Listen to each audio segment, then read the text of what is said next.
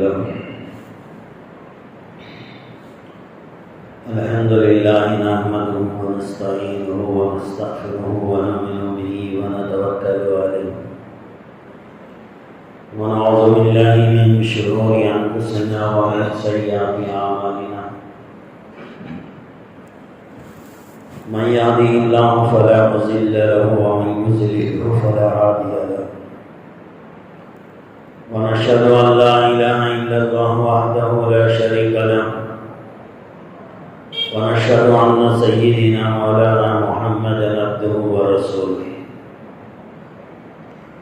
قال الله تبارك وتعالى في القرآن المجيد والفرقان الحميد فأعوذ بالله من الشيطان الرجيم بسم الله الرحمن الرحيم ولا تصغر خدك للناس ولا تمش في الأرض مرحا صدق الله العلي العظيم. معزز سامعین اکرام، محترم بزرگوں، عزیز نوجوان ساتھیوں، گزشتہ چند جمعہ سے آپ حضرات کے سامنے ایسے بڑے بڑے گناہوں کا تذکرہ کیا جا رہا ہے جسے عام طور سے انسان بہت معمولی سمجھتا ہے، اور وہ گناہ بھی ایسے جو ظاہر میں لوگوں کو نظر نہیں آتے، لیکن دل ہی دل کے اندر، انسان کے اندر، باطن میں انسان کے وہ گناہ پلتا ہے، بڑا ہوتا ہے، اور انسان کی دنیا اور آخرت تباہ اور برباد کر کے رکھ دیتا ہے۔ ایسے گناہوں کا تذکرہ آپ کے سامنے چلا ہے جس میں غیبت تھا، بدگمانی تھی، حسد تھا۔ یہ سب چیزیں وہ ہیں جو انسان اپنے دل و دماغ میں پیدا کرتا ہے، لیکن اتنے بڑے گناہ ہیں جس کی وجہ سے انسان جہنم کے تہ تک پہنچ جاتا ہے، اس کی جانے والی نیکیاں برباد ہو جاتی ہیں۔ یہ اپنے آپ کو بڑا دیندار سمجھتا رہتا ہے، لیکن حقیقت میں اللہ کی نگاہ میں ان نظر نہیں آنے والے گناہوں کی وجہ سے اللہ کی نظر سے گر جاتا ہے، بجائے جنت میں جانے کے ہمیشہ کے لیے جہنم کا ایندھن بن جاتا ہے۔ تو گزشتہ چند جمعہ سے یہ گناہوں کا تذکرہ آپ کے سامنے چل رہا ہے۔ ایسا ہی یہ گناہ ہے آج کے اس جمعہ میں بھی میں آپ کے سامنے عرض کرنے جا رہا ہوں۔ یہ گناہ بھی انسان کے دل میں پیدا ہوتا ہے، ظاہر سے کم نظر آتا ہے، ظاہر میں بھی نظر آتا ہے لیکن کم نظر آتا ہے۔ زبان سے بھی بعض لوگ یہ گناہ کرتے ہیں لیکن کم کرتے ہیں، لیکن دل کے اندر اس گناہ کو بہت پالتے ہیں۔ اور یہ گناہ بھی جیسے پچھلے جمعوں میں آپ کے سامنے بیان ہوا کہ وہ سب گناہ انسان کی آخرت کو برباد کر دینے والے ہیں۔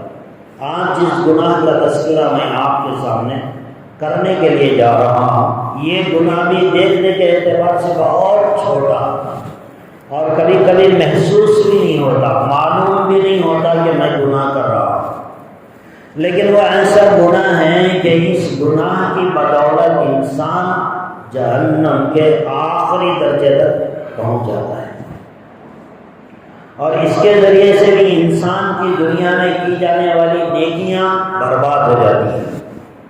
اللہ تبارک و تعالیٰ کے یہاں رضا ملنے کے بجائے اللہ کی ناراضگی ملتی ہے، اور اتنا سب کچھ ہونے کے باوجود یہ گناہ انسان کے دل اور دماغ میں پلتا ہے، کبھی ظاہر ہوتا ہے، کبھی ظاہر نہیں ہوتا، کبھی زبان پہ آتا ہے، کبھی زبان سے ادا نہیں ہوتا، لیکن ہے بہت بڑا گناہ۔ وہ اتنا بڑا گناہ ہے، اتنا بڑا گناہ ہے کہ اگر آپ اس کی تفصیلات سنیں گے تو آپ کو معلوم ہوگا کہ اس گناہ میں کوئی بھی ایمان والا، چاہے وہ کتنا ہی پرہیزگار، دیندار اور روزہ رکھنے والا، صدقہ خیرات کرنے والا، چاہے وہ جتنا ہی بڑا دیندار اور پرہیزگار ہو، لیکن اگر اس کے اندر یہ تھوڑا سا گناہ بھی اس کے اندر پایا جائے گا تو یہ اللہ کی نظر میں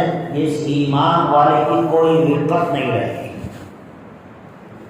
وہ گناہ کیا ہے؟ وہ گناہ گناہ ہے جسے حضرت لقمان حکیم نے اپنے بیٹے کو وصیت فرمائی تھی،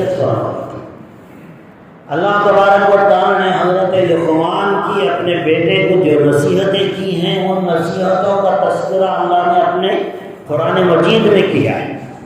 اس لیے کیا ہے کہ دنیا میں ہر ماں باپ اپنی اولاد کو یہ نصیحت کرے اور دنیا میں آنے والا ہر انسان اس نصیحت سے سبق حاصل کرے۔ وہ گناہ کیا ہے؟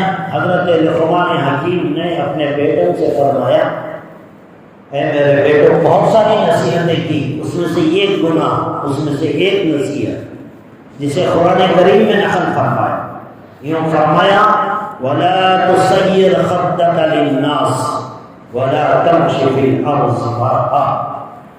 حضرت لقمان اپنے بیٹے سے کہہ رہے ہیں وَلَا تُصَيِّرْ خَدَّكَ لِلنَّاسِ، لوگوں کے درمیان میں اکڑ پیدا مت کرو، لوگوں کے درمیان میں اکڑ پیدا مت کرو، اپنے آپ کو بڑا سمجھ کر دوسرے کو حقیر نہ سمجھو، وَلَا تَمْشِ فِي الْأَرْضِ مَرْحًا، زمین پر سینہ اکڑا کر مت چلو۔ یہ تکبر ہے، یہ گھمنڈ آپ کہیں، اپنے آپ کو اچھا سمجھنا جسے عجب کہا جاتا ہے، یہ کہیں، اتنا نہ کہیں۔ اس طرح کے جتنے الفاظ ہو سکتے ہیں یہ سب الفاظ، یہ اتنا بڑا گناہ ہے کہ اس کے تعلق سے حدیث پاک میں حضور پاک علیہ السلام نے ارشاد فرمایا کہ تکبر اتنا بڑا گناہ ہے کہ جس کے دل کے اندر ایک ذرہ برابر تکبر پایا جائے گا، ذرہ برابر کا مطلب حضرات علماء کرام نے فرمایا رائی کے دانے کے برابر۔ رائی کا دانہ کتنا چھوٹا ہوتا ہے، اور بعض علماء نے فرمایا ذرہ کا مطلب رائی کا دانہ نہیں بلکہ اس سے بھی کم درجہ۔ بعض تفسیر لکھنے والے علماء کرام نے یوں لکھا کہ چونٹی جو سب سے چھوٹی مخلوق ہے، وہ چونٹیوں میں بھی وہ جو ذرا بڑی ہوتی ہیں، اور بعض چونٹیاں اتنی ہلکی اتنی چھوٹی ہوتی ہیں کہ ہوا کا ایک جھونکا ان کو اڑا کر لے جاتا ہے، یعنی اتنی کم مقدار میں بھی اگر کسی کے دل میں تکبر پایا جائے گا۔ بعض علماء نے کیا کہا؟ بعض علماء نے کہا ذرہ برابر کا مطلب یہ ہے کہ اگر کسی جگہ سورج نکلے، سارے گھر کے ساری چیزیں بند ہو اور کہیں کوئی باریک سوراخ پڑا ہوا ہو، اب اس سوراخ سے سورج کی روشنی گھر میں پڑتی ہے، لیکن جب اس روشنی کو آپ دیکھتے ہیں تو اس روشنی میں بہت باریک باریک ذرات آپ کو نظر آتے ہیں، بہت باریک باریک ذرات آپ کو وہ صرف روشنی میں نظر آتی ہے۔ جب اندھیرا ہو، باریک روشنی پڑ رہی ہو، اس روشنی میں آپ کو وہ دکھائی دیتے ہیں، بہت چھوٹی، بہت ذرات، چھوٹے چھوٹے۔ اگر سارا کمرہ اجالے میں آ جائے تو پھر وہ چیزیں بھی نظر نہیں آئیں گی، یعنی اتنے ذرہ برابر کسی ایمان والے کے دل میں تکبر پایا جائے گا۔ اللہ کے رسول صلی اللہ علیہ وسلم نے فرمایا اللہ تبارک و تعالیٰ اسے کبھی جنت میں داخل نہیں فرمائیں گے۔ اللہ تبارک و تعالیٰ ایسے متکبر انسان کو جہنم کے گڑھے میں پہنچا دیں گے۔ کتنی بڑی چیز ہے تکبر کرنا، گھمنڈ کرنا، اپنے آپ کو بڑا سمجھنا، راستے میں سینہ تان کر اکڑ کر چلنا۔ قرآن کریم میں اللہ تبارک و تعالیٰ ارشاد فرماتے ہیں دیکھو تم زمین پر اگر اکڑ کر چلو گے، جتنا بھی تم اپنا سینہ تان لو، اپنی گردن اونچی کر لو، پہاڑ سے اونچے نہیں ہو سکتے۔ دنیا کے اندر پہاڑ ایک اونچی چیز ہے، ایک آدمی اونچا مکان بناتا ہے، لوگ کہتے ہیں پہاڑ کی طرح اونچا بنا ہے۔ کوئی آدمی مضبوط مکان بناتا ہے، لوگ کہتے ہیں پہاڑ کی طرح مضبوط ہے۔ تو پہاڑ ایک مثال دی جاتی ہے پہاڑ کی، اور اللہ تبارک و تعالیٰ کہہ رہے ہیں اگر تم زمین پر اکڑ کر چلو گے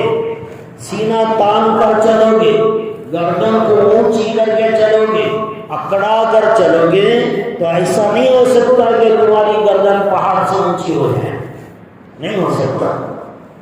اور پھر اللہ نے یوں فرمایا کہ اگر تم زمین پر قدم زور زور سے رکھو گے، جیسے تکبر کرنے والا انسان کرتا ہے، تو اللہ تبارک و تعالیٰ فرماتے ہیں تمہارے اس زور سے چلنے سے نہ تو زمین پھٹے گی، اکڑ کر چلنے سے نہ تم پہاڑ سے اونچے ہو سکتے ہو۔ اللہ تبارک و تعالیٰ کی ایک اونچی مخلوق پہاڑ ہے، اللہ نے اسے تشبیہ دے کر، مثال دے کر سمجھایا کہ دیکھو تم ہماری بنائی ہوئی ایک معمولی سے مخلوق کے آگے بہت چھوٹے ہو۔ ایک پہاڑ کے نزدیک ایک انسان کی حیثیت کیا ہے؟ کوئی پہاڑ پہ چڑھ کے اونچائی سے نیچے انسانوں کو دیکھتا ہے، وہ بہت چھوٹے چونٹیوں کی طرح انسان نظر آتا ہے۔ پہاڑ کے نزدیک ایک انسان کی حیثیت ایک چونٹی کی ہے۔ اللہ تبارک و تعالیٰ اپنے بندوں سے کہہ رہے ہیں کہ دیکھو اکڑ کر مت چلو۔ اچھا اللہ کو یہ گناہ اتنا ناپسند کیوں ہے؟ ارے بھائی تھوڑا اکڑ لیا، تھوڑا مال آ گیا، ذرا گھمنڈ آ گیا، میرا گھر اچھا بن گیا، تھوڑا گھمنڈ آ گیا، گاڑی اچھی خرید لی، تھوڑا تکبر آ گیا، کپڑے اچھے پہن لیے تو شادی میں گیا تو اکڑ کے چل رہا۔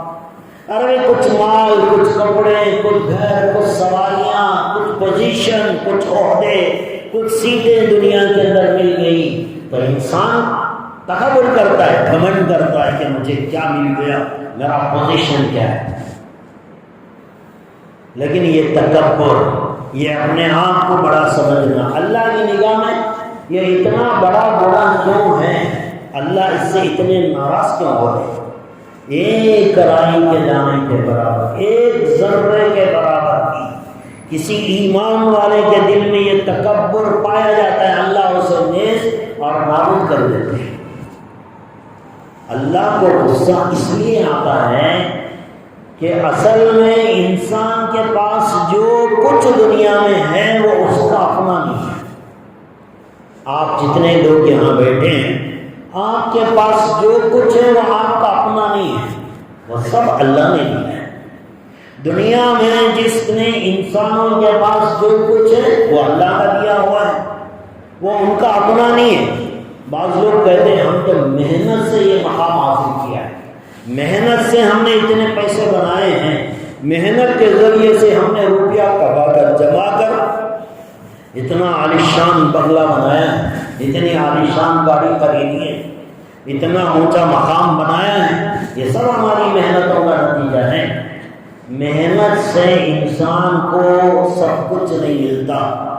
اگر محنت سے انسان بڑا بن جاتا تو پھر دنیا میں کتنے انسان ہیں جو مزدوری کرتے ہیں، کولی کرتے ہیں، بھٹی میں آگ کی بھٹی کے سامنے بیٹھ کر اپنا خون پسینے کی طرح بہاتے ہیں، گرمی میں وقت گزارتے ہیں، محنت آپ سے زیادہ محنت کرنے والے لوگ آپ سے کمزور ہیں۔ وہ مالدار کیوں نہیں بنے، وہ اونچے مقام پر کیوں نہیں پہنچے؟ معلوم ہوا کہ صرف محنت سے انسان بڑا نہیں بنتا۔ کسی بھی چیز میں انسان جو بڑا بنتا ہے وہ اصل میں اللہ کے عطا کرنے کی وجہ سے بڑا بنتا ہے۔ اب جب کوئی چیز میری اپنی نہیں ہے، اب کوئی چیز ہماری اپنی نہیں ہے تو پھر اکڑ کس بات کا، اکڑنا کس بات کا، گھمنڈ کس بات کا؟ ایک مثال دوں میں آپ کو، شاید بات یہ ذرا اچھی طرح سمجھ میں آئے۔ ایک بہت بڑے مالدار آدمی کے پاس ایک فقیر آیا، دروازے پر دستک دیا، دروازہ کھولا، سیٹ نے دیکھا کہ سامنے ایک آدمی ہے، اس کے بنین ایک پہنا ہوا ہے، نیچے ایک لنگی بنی ہوئی ہے، سارا بدن میل سے بھرا ہوا ہے، بال بکھرے ہوئے ہیں، بنین پھٹی ہوئی ہے، لنگی پھٹی ہوئی ہے، کوئی چیز اس کے پاس نہیں ہے، ساری چیزیں فقیرانہ انداز پہ وہ ہے۔ اب یہ سیٹ صاحب نے اسے دیکھا نیچے سے اوپر تک، اسے بلایا ہے، کہا کہ واش روم میں جاؤ، حمام میں جاؤ، اپنے آپ کو صفائی کر دو۔ اور اس نے غسل کیا، بہترین انداز میں اسے غسل کرایا گیا، اور باہر آنے کے بعد بہترین کپڑے اسے دیے گئے، یہ لے بھی میرے طرف سے ہاتھ سے پہن لے۔ اس کے بعد جو بہترین سوٹ تھا وہ سوٹ اس نے اسے دے دیا، یہ لے لیے سوٹ پہنے، پھر اس کے لیے بہترین شو کا انتظام کیا، ساکس دیا۔ اب وہ جانے لگا تو اس سیٹ نے کہا ادھر آ، پھر اس نے اپنے ہاتھ سے قیمتی گھڑی نکال کر اسے دے دی، ارے یہ بھی رکھ لے۔ پھر جانے لگا تو اس نے ایک چابی لے کر جو ہے اس کے ہاتھ میں دبا دی، باہر گاڑی کھڑی ہے 4 ویلر، یہ کار آج سے تیری ہے، تم رکھ لے، کار بھی دے دیا۔ اور پھر اس کے بعد بہت سارا کیش پیسہ بھی اس کے جیب میں رکھ دیا، لے بھائی جا اب تو زندگی شان سے ٹھاٹ باٹ سے گزار لے۔ اب وہ باہر نکلا، اب وہ جب بھی دوسرے لوگوں کے سامنے جانا تھوڑا اکڑتا، اپنی ٹائی سیدھی کرتا، اپنے بوڑھے سیدھے کرتا، اپنی واچ لوگوں کے سامنے دکھاتا کہ میں کتنا قیمتی، فقیروں کے سامنے جاتا اکڑ کر دکھاتا کہ میرے پاس کیا کیا ہے۔ حالانکہ یہ اس کا نہیں ہے، کسی سیٹ نے مہربانی کر کے یہ ساری چیزیں مفت میں اسے دے دی تاکہ یہ زندگی اچھی گزار لے، لیکن یہ جا کر دوسروں کے سامنے اپنی ٹھاٹ باٹ دکھا کر اپنا روب جمانے کی کوشش کرتا ہے۔ جب یہ اس طرح غیروں کے سامنے روب جمانا شروع کرتا ہے تو پھر جب وہ سیٹ دیکھتا ہے کہ یہ لوگوں میں اکڑ کر جا رہا ہے، غریبوں کو جو ہے حساب میں نہیں لا رہا ہے، کوئی مانگنے کے لیے آ گیا دھکے دے کر باہر نکال دیا، اس سے کہا کہ انہیں اور کوئی کام نہیں ہوتا، محنت کیوں نہیں کرتے، کماتے کیوں نہیں، دھکے دے کر اپنے گھر سے نکال دیا۔ اس طرح غریبوں کے ساتھ جانوروں جیسا سلوک کرنے لگا۔ اب وہ جب ایسا کرے گا تو جس سیٹ نے اسے یہ ساری چیزیں دی تھی، جب وہ اسے اس حالت میں دیکھے گا تو آپ ذرا دل پر ہاتھ رکھ کر بتائیے وہ کیا کرے گا؟ ارے بے وقوف، یہ ساری چیزیں تیری نہیں تھی، یہ تو میں نے تجھے ایسے ہی دے دی تھی، لیکن تو میری چیزوں کو لے کر دوسروں کے سامنے اکڑ رہا، دوسرے غریبوں کو جو ہے دھکے دے کر گھر کے باہر نکال رہا۔ اب وہ سیٹ کیا کرے گا؟ اسے واپس بلائے گا اپنے گھر میں، گاڑی کی چابی واپس لے لے گا، ہاتھ سے واچ نکال لے گا، شو اور ساکس نکال لے گا، اور اس کے پاس جو سوٹ پہنا کر بھیجا تھا وہ کپڑے نکال لے گا، اور اس کی پھٹی ہوئی بنی اور لنگی اس کے ہاتھ میں تھما دے گا۔ پہلے جیسے زندگی گزارتا تھا ایسے ہی گزار لے، تیرے لیے یہی مناسب ہے۔ بالکل یہی مثال ہے ہماری۔ ہمارے پاس جو کچھ ہے، اس فقیر کے پاس تو کم از کم وہ پھٹی ہوئی بنی اور لنگی تو تھی، لیکن وہ بھی ہمارے پاس نہیں تھا۔ جب ہم ماں کے پیٹ سے دنیا کے اندر تشریف لائے ننگے تھے، ہمارے جسم پر کوئی کپڑا نہیں تھا، ننگے دنیا میں آئے تھے۔ اللہ تبارک و تعالیٰ نے احسان کیا ہمارے اوپر، پہننے کے لیے کپڑے دیے، محبت کرنے کے لیے ماں باپ دیے، ماں باپ کے دل میں ہماری محبتیں پیدا فرمائی، رشتہ داروں کے دلوں میں ہماری محبتیں پیدا فرمائی، جسم میں طاقت دی، آنکھوں میں دیکھنے کی روشنی دی، کانوں میں سننے کی طاقت دی، ہاتھ پیروں میں طاقت دی، جوانی بڑھتی گئی، انسان تندرست ہو گیا۔ اللہ تبارک و تعالیٰ نے تجارت میں برکت دی یا ملازمت میں عہدے دیے، اب بڑا بن گیا، مال آ گیا، گاڑی آ گئی، اور گھر اچھا بن گیا، بیوی اچھی بن گئی، بچے اچھے ہو گئے، اعلیٰ تعلیم کے اوپر وہ فائز ہونے لگے۔ اب یہ آدمی ان ساری چیزوں پر اکڑتا ہے۔ تکبر کہتے کسے؟ تکبر کا ڈیفینیشن کیا ہے؟ تکبر کہتے کسے؟ کیا معنی ہے تکبر کا؟ تکبر کہتے ہیں انسان اللہ کی دی ہوئی نعمت پر اپنے آپ کو بڑا سمجھے، سامنے والے کو حقیر سمجھے، اس کا نام تکبر ہے۔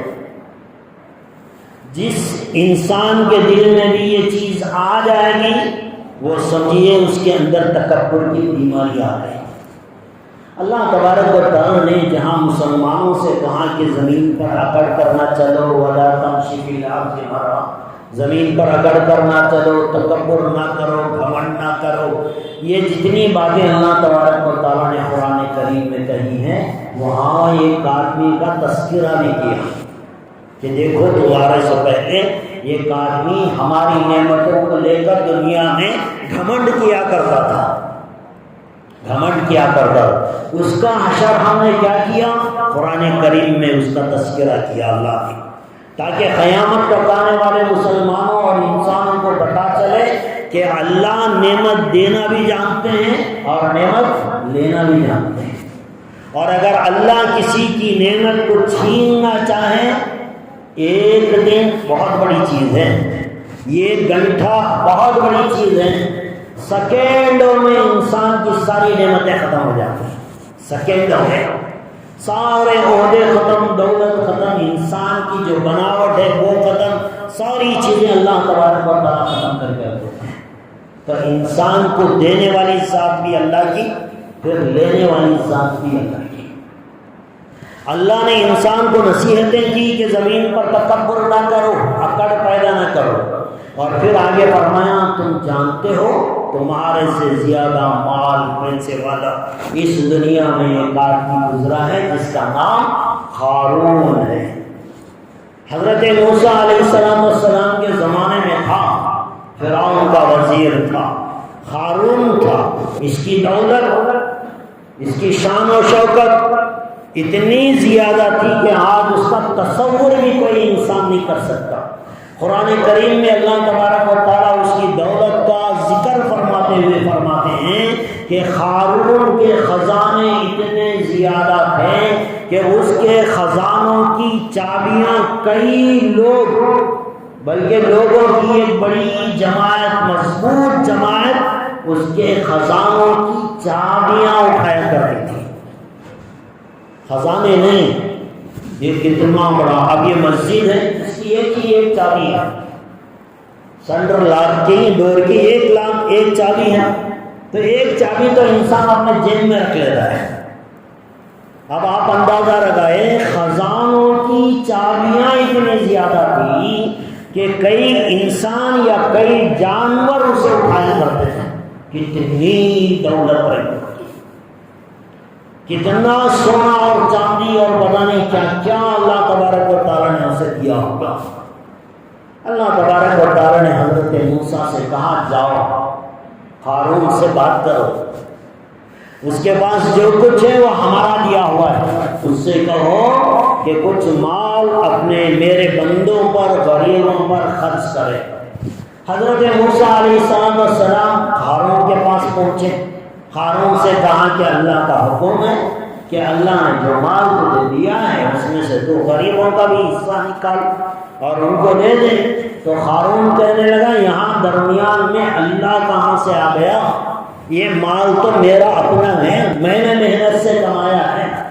آج بھی انسان جس کے اندر تھوڑا تکبر آتا ہے وہ اپنی زبان سے یہ جملے کہتا ہے، یہ کسی کے باپ کا نہیں، میرا کمایا ہوا ہے۔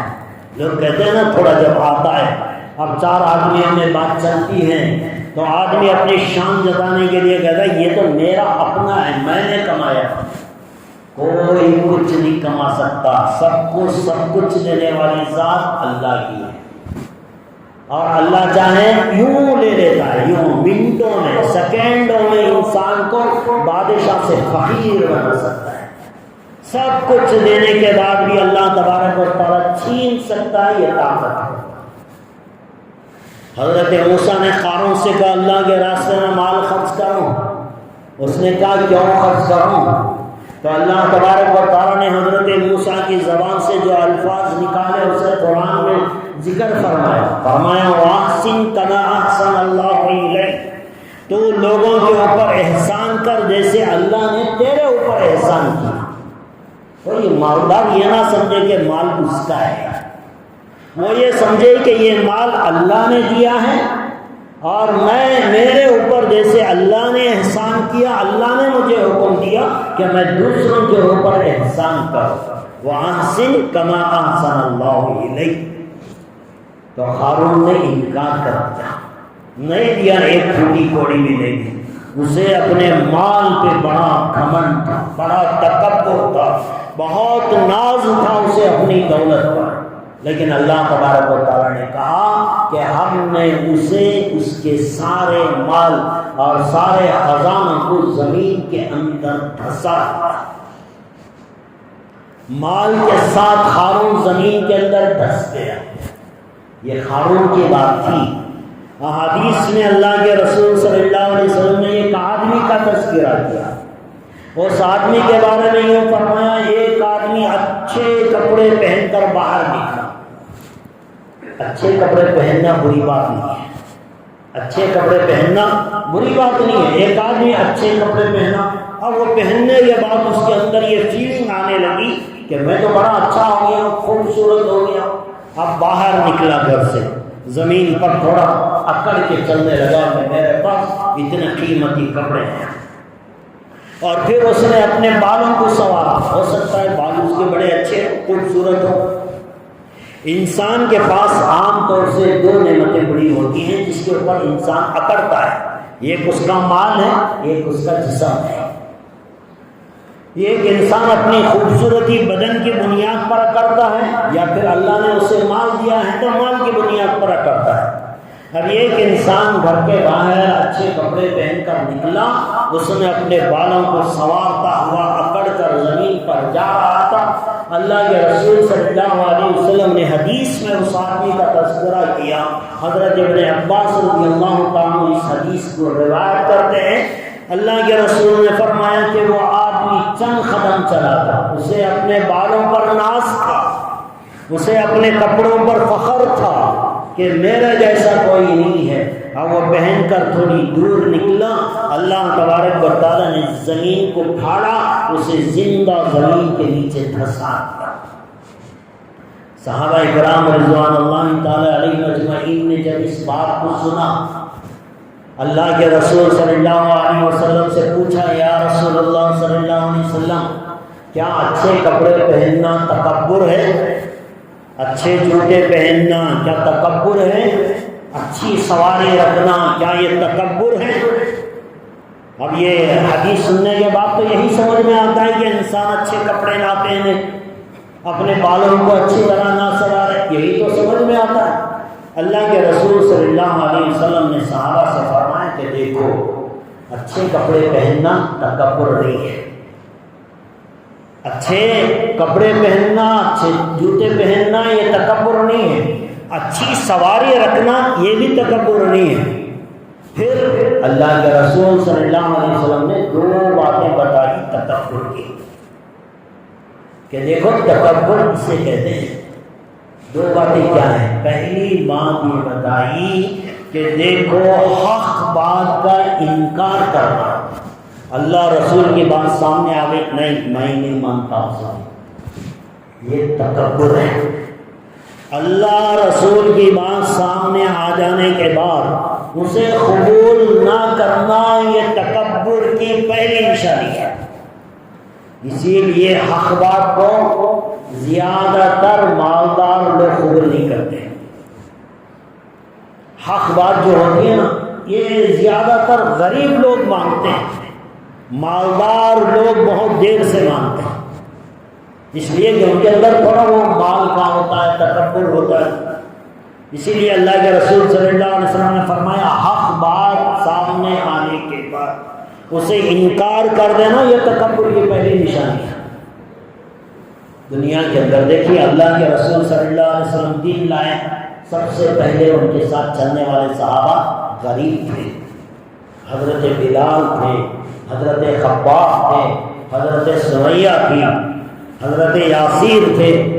غریب طبقہ، غلام کا طبقہ، یہ غریب صحابہ کرام تھے جنہوں نے سب سے پہلے ایمان لایا اور اللہ کے رسول صلی اللہ علیہ وسلم کے ساتھ بیٹھنے لگے۔ یہ جو مکے کے بڑے بڑے سردار تھے، انہوں نے کہا کہ اس دین کو ماننے والے بلال، خباب جیسے غلاموں کی یہ جماعت ہے، اگر یہ مالداروں کی جماعت ہوتی تو ہم بھی ایمان لے آتے۔ ہم اس لیے نہیں لا رہے کہ اس کے اندر تو غریب ہیں۔ اور آج بھی دیکھیے، جس کسی دینی تحریک کے اندر، جو دینی تحریک چلتی ہے، کوئی دینی جماعت بنی، دینی کام شروع کیا گیا، اگر وہ کام شروع میں غریبوں کے ذریعے سے شروع ہوتا ہے تو وہ کام زیادہ چلتا ہے، اور جو کام مالداروں کی بیس پر، مالداروں کی بنیاد پر شروع کیا جاتا ہے وہ چلتا نہیں ہے، وہ رک جاتا ہے۔ یہ غریب ہی ہیں جن کے اندر تکبر تھوڑا کم ہوتا ہے، عاجزی ہوتی ہے، انکساری ہوتی ہے۔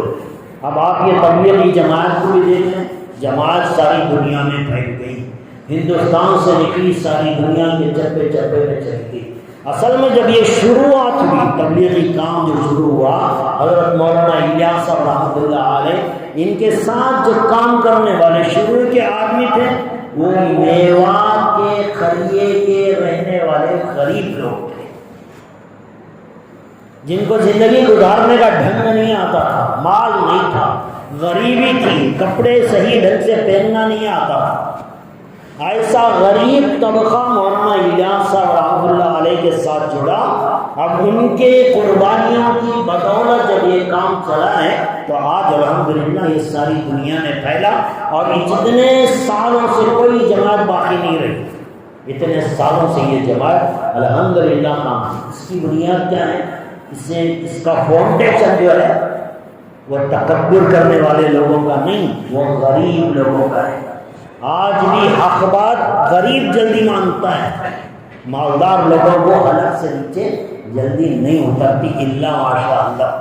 بہت کم لوگ ہوتے ہیں جو مالدار بھی ہوتے ہیں، جن کے اندر عقل بھی نہیں ہوتی، دینداری بھی قبول کر لیتے ہیں، ایسے کم لوگ ہیں، لیکن زیادہ میجارٹی مالداروں ہی کی ہوتی ہے جو اللہ کے احکامات آ جانے کے بعد اسے ماننے سے انکار کرتے ہیں۔ تو اللہ کے رسول صلی اللہ علیہ وسلم نے کیا فرمایا؟ اچھے کپڑے پہنو، تکبر نہیں ہے، اچھے جوتے پہنو، تکبر نہیں ہے، اچھی سواری رکھو، تکبر نہیں ہے، لیکن حق بات سامنے آ جانے کے بعد اسے نہیں ماننا یہ تکبر ہے۔ تو ایک تو یہ تکبر ہو گیا۔ دوسری بات اللہ کے رسول صلی اللہ علیہ وسلم نے یہ فرمائی کہ اللہ کی دی ہوئی نعمت کو لینے کے بعد سامنے والے انسان کو حقیر سمجھنا یہ تکبر ہے۔ اللہ نے مال دے دیا، بری بات نہیں ہے، مال کا ملنا کوئی بری بات نہیں، بڑی اچھی بات ہے۔ اللہ کے رسول صلی اللہ علیہ وسلم کے پاس صحابہ اکرام بچے لے کر آتے تھے، آپ ان کے حق میں دعا کریں، اور صحابہ بھی کبھی کبھی دعاؤں کی درخواست کرتے تھے اللہ کے رسول صلی اللہ علیہ وسلم سے، تو اللہ کے رسول دعا دیتے تھے کہ اللہ تمہاری مال میں، تمہاری اولاد میں برکت عطا فرمائے۔ تو مال میں برکت کی دعا تو خود اللہ کے رسول صلی اللہ علیہ وسلم دے رہے ہیں۔ مال کا آ جانا بری بات نہیں ہے، مال آ جائے اللہ کی بڑی نعمت ہے، دعائیں کی جاتی ہیں، مانگنا مال بری بات نہیں ہے، مال کا مل جانا بھی بری بات نہیں ہے، لیکن مال آ جانے کے بعد کسی غریب کو حقارت سے دیکھنا یہ بری بات ہے۔ آپ اچھے کپڑے پہنیں بری بات نہیں ہے، لیکن کوئی غریب کمزور کم قیمت کا کپڑا پہنا ہوا ہے تو اسے حقارت کی نگاہ سے دیکھنا یہ بری بات ہے۔ آپ اچھی چیزیں رکھیں، دوسرے کی کمزور چیزوں کی وجہ سے اسے ڈی گریڈ کرنا، اس کا انسلٹ کرنا، اسے حقارت کی نگاہ سے دیکھنا یہ تکبر ہے۔ اسے اللہ تبارک و تعالیٰ بالکل پسند نہیں فرماتے۔ تکبر اللہ کو کتنا ناپسند ہے آپ دیکھیے، حدیث میں فرمایا، دعائیں سکھائی اللہ کے رسول صلی اللہ علیہ وسلم نے، چھینک آنے کی دعا سکھائی، ڈکار آنے پر کیا کہنا وہ سکھایا، سونے کی، اٹھنے کی، منہ کھولنے کے اوپر کیا پڑھنا، ساری چیزوں کی دعائیں اللہ کے رسول صلی اللہ علیہ وسلم نے سکھائی ہے۔ نیچے اوپر سے نیچے اترنے والے کے لیے بھی دعا سکھائی کہ اوپر سے نیچے اتر رہا ہے تو آدمی کہے سبحان اللہ سبحان اللہ۔ ایک آدمی نیچے سے اوپر چڑھ رہا ہے چند سیڑھیاں، ایک آدمی کا مکان فرسٹ فلور پر ہے، اب یہ گراؤنڈ فلور سے فرسٹ فلور پر سیڑھیاں چڑھ کر جاتا ہے، دعا سکھائی گئی۔ اللہ کے رسول صلی اللہ علیہ وسلم نے دعا سکھائی کہ جب سیڑھیاں طے کرو، سیڑھی چڑھو یا اوپر جانے کی کوشش کرو تو تمہارے ایک ایک قدم پر جو تسبیح ہونی چاہیے وہ اللہ اکبر کی۔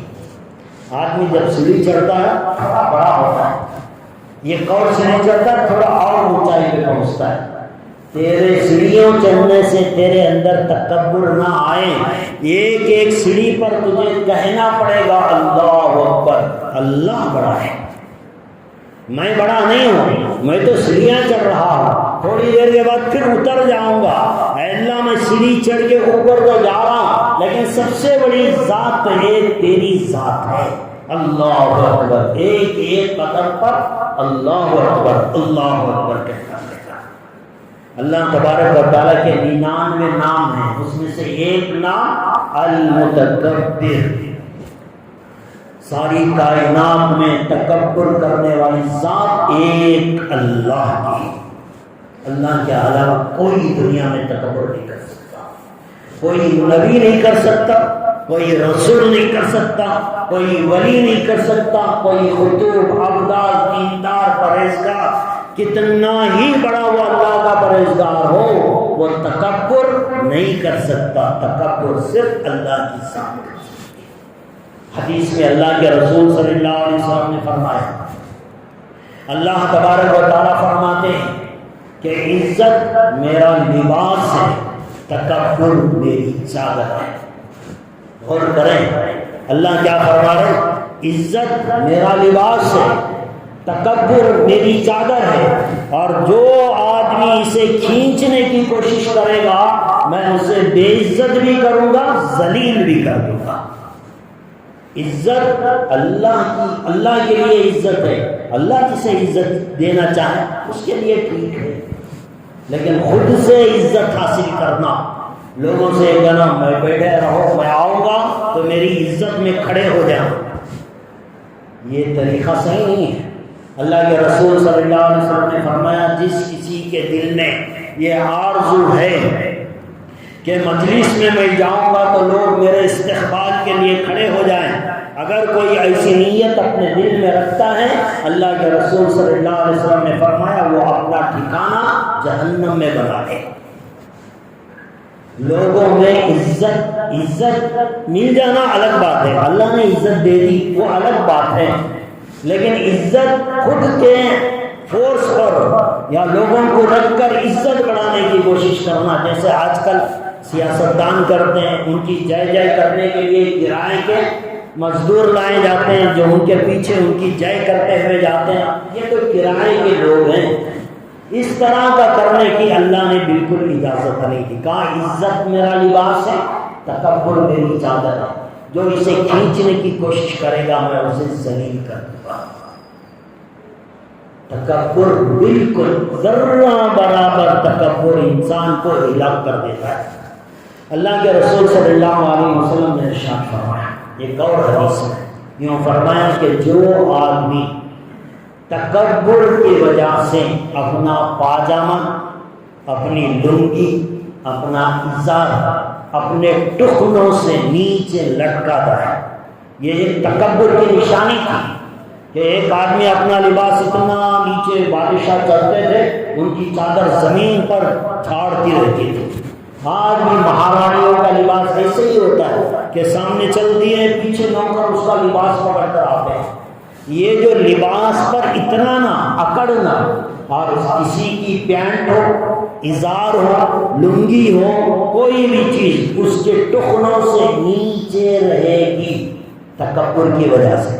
تکبر، میرے پاس تکبر نہیں ہے میں پینٹ نیچے لگا لیتا ہوں، نہیں چلے گا۔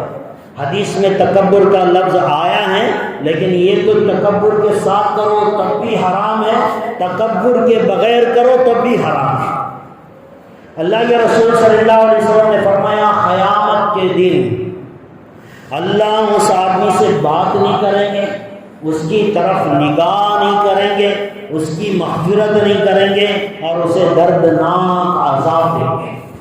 اس کے لیے جو اپنی ازار، اپنی پینٹ، اپنی لنگی اپنے ٹخنوں سے نیچے اتار کر چلتا ہے، تھوڑا سا عمل ہے تکبر کا، تھوڑا سا، لیکن اس کے لیے عذاب کیا ہے؟ اللہ بات نہیں کریں گے قیامت کے دن، اس کے چہرے کی طرف دیکھیں گے بھی، اسے معاف بھی نہیں کریں گے، اور دردناک عذاب بھی دیں گے۔ عمل کتنا چھوٹا، سزا کتنی بڑی۔ تو دوستو یہ تکبر، یہ گھمنڈ، اپنے آپ کو بڑا سمجھنا، یہ بہت بڑی بیماری ہے، اور آج ہمارے میں 99% لوگوں کے درمیان یہ بیماری پائی جاتی ہے۔ تھوڑا پیسہ آ گیا، گھمنڈ، سامنے والے کو بات کرتے ہیں اس طرح جیسے جو ہے ان کا نوکر سے بھی بدتر ہو۔ کوئی غریب آپ کے پاس آئے مانگنے کے لیے، تھوڑی دیر کے لیے تصور کر لو کہ اللہ نے مجھے دینے والا بنایا، مانگنے والا نہیں بنایا، یہ اللہ کا احسان ہے۔ جب یہ چیز آئے گی دل کے اندر تو پھر کوئی غریب حقارت کی نگاہ سے نہیں دیکھا جائے گا۔ تو جو کچھ آج ہمارے پاس ہے وہ سب اللہ کا دیا ہوا ہے، اس پہ اکڑنا نہیں ہے۔ جوانی پہ مت اکڑو، یہ بہت جلد ختم ہو جائے گی۔ مال پہ مت اکڑو، یہ مال انسان کے ہاتھ سے میل کی طرح نکل جاتا ہے، میل کی طرح، کب چلا گیا پتا نہیں چلتا۔ کتنے ایسے لوگوں کی کہانیاں آپ اپنے معاشرے میں دیکھ لیں، محلے میں دیکھ لیں، آپ کے خاندان میں دیکھ لیں، جائزہ لے کر دیکھیں، آپ کو پتا چلے گا آپ کے خاندان کے کتنے لوگ ایک زمانے میں بڑے مالدار تھے، لوگوں کو دینے والے تھے، عالیشان مکانات تھے، ان کے کہاں ہو گئے چلے گئے۔ ایسے ہم نے تو دسیوں آدمیوں کو دیکھا کہ ان کا ایک ایک چیز نکلتی چلی گئی، چھینتی چلی گئی، اور ایک وقت آیا کہ کوئی چیز ان کے پاس نہیں تھی۔ بعض لوگوں کو اپنی اولاد پہ فخر ہو گئی، عادت ہوتی ہے، کسی کا بچہ اچھا پڑھ لیا، اب کوئی کسی کا بچہ پڑھ رہا ہے، عالی ڈگری میں پڑھ رہا ہے، اب وہ جب بھی کسی دوسرے آدمی سے ملتا ہے پہلا سوال کیا پڑھ رہے بچے، اب اس کا بچہ اچھا پڑھ رہا ہے نا، اس کے واسطے اب انہیں ہر آدمی سے پوچھتا ہے، پہلی ملاقات میں سلام پیام خیریت بولتے بچہ کیا پڑھ رہا ہے، اب انہیں کیا بولتا ہے کہ بولا تو بات انہیں بولتا ہے میرا بچہ MBBS کر رہا ہے، MD کر رہا ہے، وہاں پڑھ رہا ہے، تکبر ہے یہ۔ آپ کا بچہ پڑھ رہا ہے، بڑی خوشی کی بات ہے، کوئی پوچھے تو بتاؤ نا، کوئی پوچھ نہیں رہا ہے، آپ کی شان میں بولتے چلے جا رہے۔ میرے اپنے جان پہچان کا ہے، ہمارے دوست کی طرح رہتا تھا آدمی، اس کی ایسے ہی عادت تھی، بچے بہت ٹیلنٹ تھے، اس کے اچھے پڑھنے میں اچھے مارکس، بچپن سے ہی بہت اعلیٰ جو ہے ذہن کے مالک تھے، بڑا فخر تھا اسے کہ میرے بچے کتنے چالاک ہیں، جب سے اسکول گئے کلاس میں فرسٹ آتے ہیں۔ اب یہ اسے چڑھنے لگا، جب بھی کسی سے ملاقات کرتا، میرے بچے، آپ کے بچے کیا پڑھ رہے ہیں، وہ میرے بچے یہ پڑھ رہے ہیں، کتنے مارکس لائے ہیں۔ اسے اپنی اولاد کی پڑھائی اور ان کے ٹیلنٹ پر اسے فخر آنے لگا۔ لوگوں نے بات بات پہ یہ کہنا شروع کیا، جس سے میں ملتا ہوں آپ کے بچے کیا پڑھ رہے ہیں، میرے بچے یہ پڑھ رہے ہیں، فخر آنے لگا۔ بچے بڑے ہو گئے، اعلیٰ پوزیشن مل گیا، کوئی امریکہ چلا گیا، کوئی کہیں چلا گیا، اور یہاں بھی ہندوستان کے اندر بھی اعلیٰ پوزیشن کے اوپر بچے پہنچ گئے۔ اور آج حالت یہ ہے کہ جن بچوں پہ ساری زندگی فخر کرتا تھا، ان میں سے کوئی بچہ ان کو اپنے پاس رکھنے کے لیے تیار نہیں۔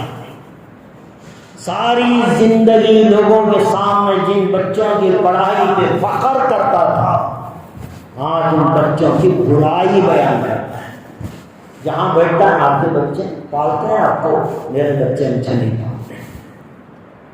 یہ ہر معاملے میں ہوتا ہے، صرف بچوں کی بات نہیں کر رہا ہوں، عورتوں کے اندر تو یہ بیماری بہت زیادہ، عورتوں کے اندر تو یہ بیماری بہت زیادہ ہے، تکبر کی، گھمنڈ کی، دوسروں کو حقیر سمجھنا، اپنے آپ کو بڑا سمجھنا، تھوڑا زیور کیا آ گیا آپ کو دکھاتی پھرے گی، دوسروں کو کمزور سمجھے گی، اپنے آپ کو بڑا سمجھے گی۔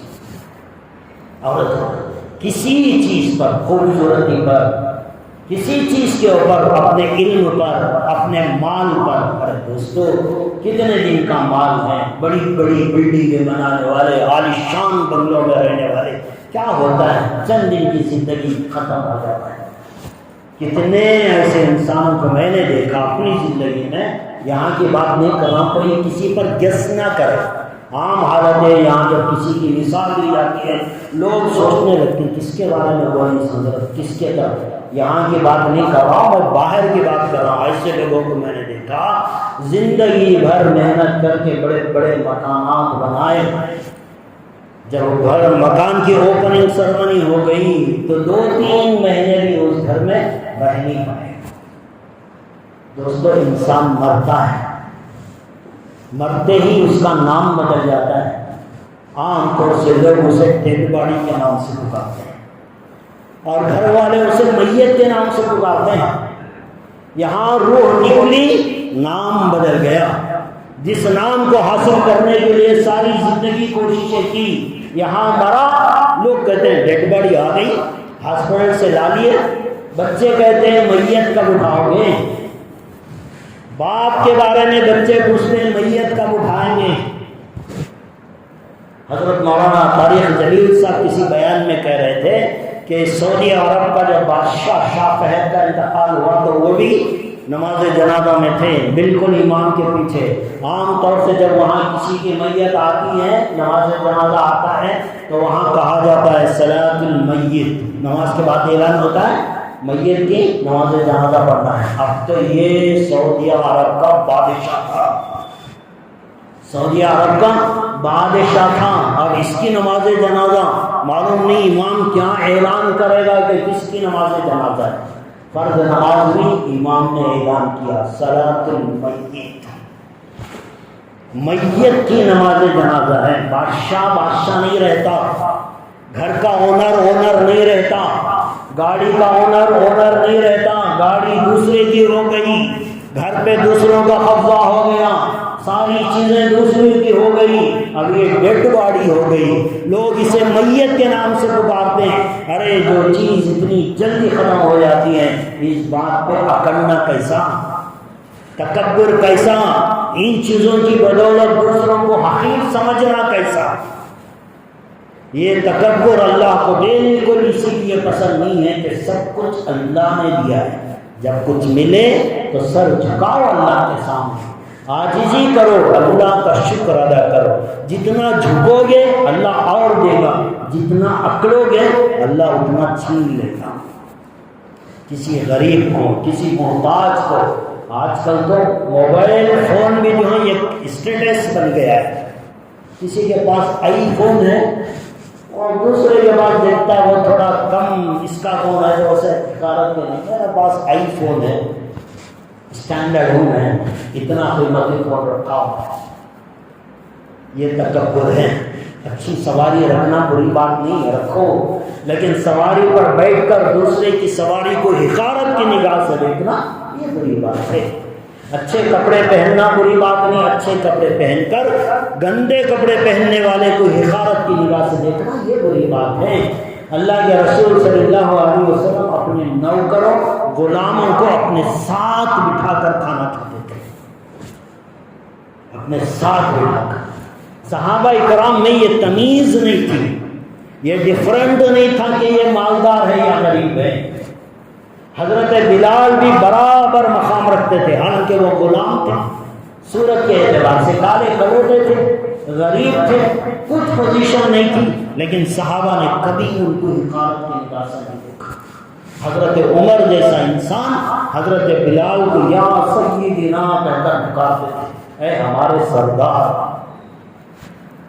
یہ غریب کو اتنا اونچا مقام دیتے. صحابہ کرام میں یہ تمیز نہیں تھی کہ وہ نوکر کے لیے الگ کھانا، اپنے لیے الگ کھانا، یہ تصور ہی نہیں تھا. مالک جب کھانے بیٹھتا نوکر کو اپنے ساتھ بٹھاتا، اپنے دسترخوان پہ بٹھاتا، جو کھاتا وہ کھلاتا. کبھی صحابہ کرام میں یہ اونچ نہیں تھی، یہ مالدار، یہ عبد الرحمن بن عوف بڑے مالدار ہیں، یہ عثمان غنی یہ بڑے اونچے ہیں. اسی نے کبھی کوئی فخر نہیں کیا. اللہ رحم فرمائے آج ہماری کن کن باتوں پہ فخر، کن کن چیزوں پہ فخر. بعض آدمی اپنی پرسنالٹی پہ فخر کرتا ہے، اپنی باڈی کو اچھی بنا دیا، باڈی بلڈ کر دیا، باڈی بلڈر اب اکڑ کے چلتا ہے. کچھ کام نہیں آئے گا، کوئی چیز کام نہیں آئے گی. یہاں ایکسیڈنٹ ہوا، کہاں گئی آپ کی باڈی بلڈر، کہاں گیا آپ کی چھاتی، کہاں گیا آپ کا سر ختم ہو جائے گا. ابھی آپ کے سامنے، ہمارے سامنے تباہی کے بڑے بڑے منظر دکھائی دے رہے ہیں.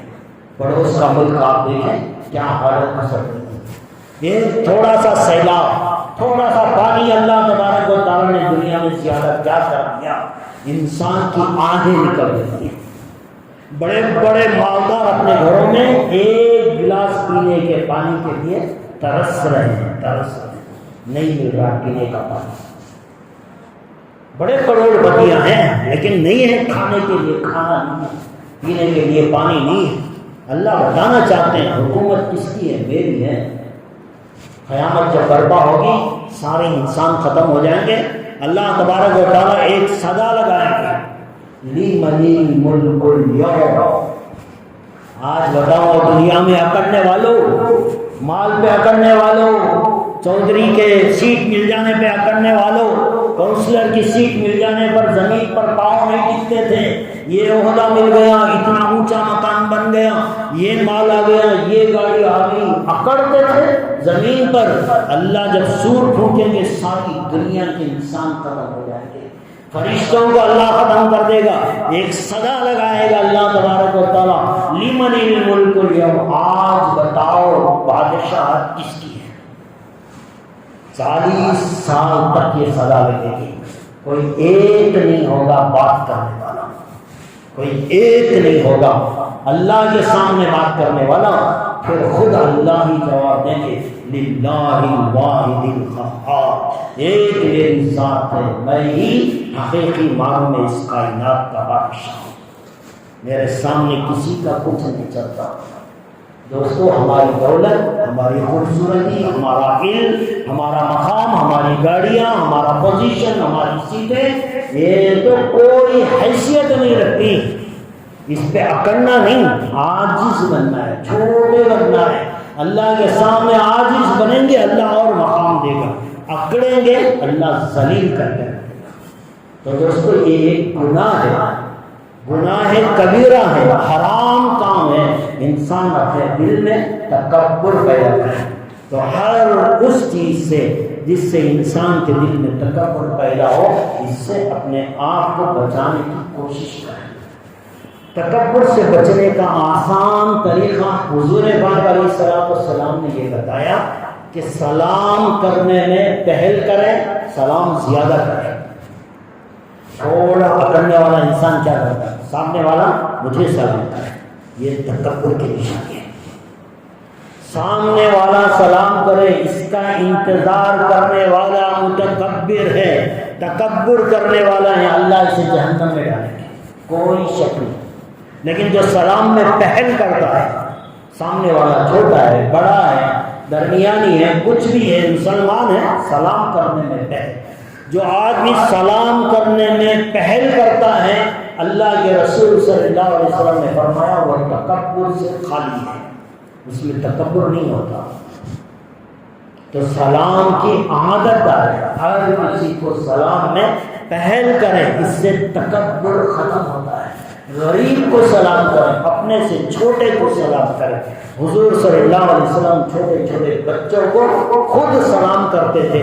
صحابہ اکرام جگتے تھے، انتظار کرتے تھے کبھی موقع مل جائے کہ ایک بار ہم سلام میں پہل کرتے، لیکن ساری زندگیاں ختم ہو جاتی، کبھی موقع نہ ملتا. ہر بار اللہ کے رسول سلام میں پہل کرتے تھے، پہلے سلام کرتے تھے. کسی صحابی کو پہلے سلام کرنے کا موقع نہیں دیتے تھے. تو یہ عادت اگر ہم اپنی زندگی میں لائیں گے، تھوڑا تھوڑا تکبر ہمارا ختم ہوگا، عاجزی پیدا ہوگی. تو دوستو یہ بھی ایک بیماری ہے، جس طرح گزشتہ چند جمعہ سے آپ کے سامنے اندرونی بیماریوں کا تذکرہ کر رہا ہوں، یہ بھی تکبر ایک خطرناک بیماری ہے. اگر یہ تھوڑی سی بھی دل میں آ گئی، انسان کی آخرت برباد ہو جائے گی. لہٰذا عاجزی پیدا کریں، انکساری پیدا کریں. اللہ نے اگر نعمتیں دی ہیں تو اللہ کا شکر ادا کریں. غریبوں سے، محتاجوں سے اچھی طرح بات کریں، ان کے ساتھ اچھا سلوک کریں، ان کو حقارت کی نگاہ سے نہ دیکھیں. اللہ تبارک و تعالیٰ سے دعا ہے، اللہ مجھے بھی آپ کو بھی، بلکہ ہر ایک مسلمان کو اپنے دلوں میں عاجزی اور انکساری لے کر زندگی گزارنے کے اللہ ہم سب کو توفیق عطا فرمائے. ہم سب کا خاتمہ ایمان پر فرمائے. آمین و آخر دعوانا الحمدللہ. یا اللہ سمجھتے